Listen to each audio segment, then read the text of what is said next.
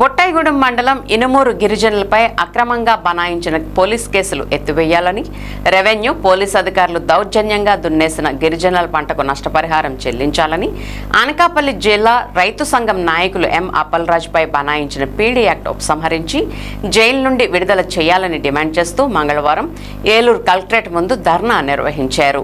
గిరిజనులపై police నిర్బంధం ఆపాలని, గిరిజన భూ సమస్యలు పరిష్కరించాలని రైతు నాయకుడు ఎం అప్పలరాజును విడుదల చేయాలంటూ ఆందోళనకారులు నినాదాలు చేశారు.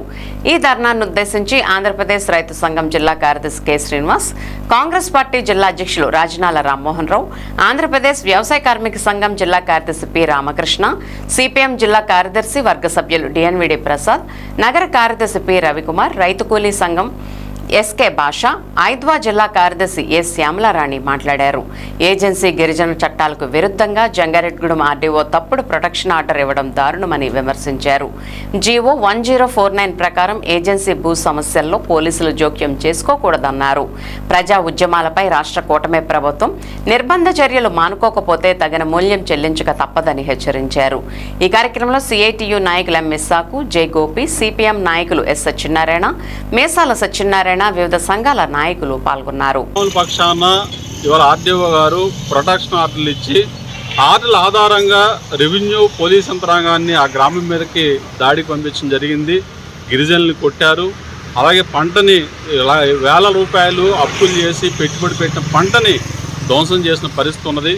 మరి గిరిజన భూ సమస్యను పరిష్కారం చేయకుండా వాస్తవంగా రెవెన్యూ రికార్డులు పరిశీలిస్తే ఏదైతే ఇవాళ రెవెన్యూ అధికారులు పోలీస్ యంత్రాంగం వెళ్ళి ఇవాళ దున్నేసిన భూమి అంతా కూడా ప్రభుత్వ భూమిగా ప్రభుత్వ రికార్డుల్లో ఉన్నది.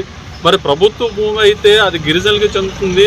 గిరిజనులు తరతరాలుగా ఆ భూమి మీద ఆధారపడి జీవిస్తూ ఉన్నారు. 57 కుటుంబాలు ఆ భూమి మీద జీవిస్తూ ఉన్న పరిస్థితి ఉన్నది. మరి అట్లాంటి ప్రభుత్వ భూమి గిరిజనులు పంచకుండా గిరిజనేతర భూస్వాముల పక్షాన కోర్టు కేసులు ఉన్నాయని, కోర్టు ఆర్డర్లు ఉన్నాయనే పేరుతోటి ప్రొటెక్షన్ ఆర్డర్లు ఇవ్వడం చాలా దుర్మార్గం. గిరిజన సంఘాల ఆధ్వర్యంలో నిరసన కార్యక్రమాలు నిర్వహిస్తూ ఉన్నాం. కాబట్టి ఎప్పటికైనా ప్రభుత్వ యంత్రాంగం, రాష్ట్ర ప్రభుత్వం స్పందించి గిరిజనులకు న్యాయం చేయకపోతే ఈ పోరాటం మరింత ఉధృతమవుతుందని తెలియజేస్తా ఉన్నాం.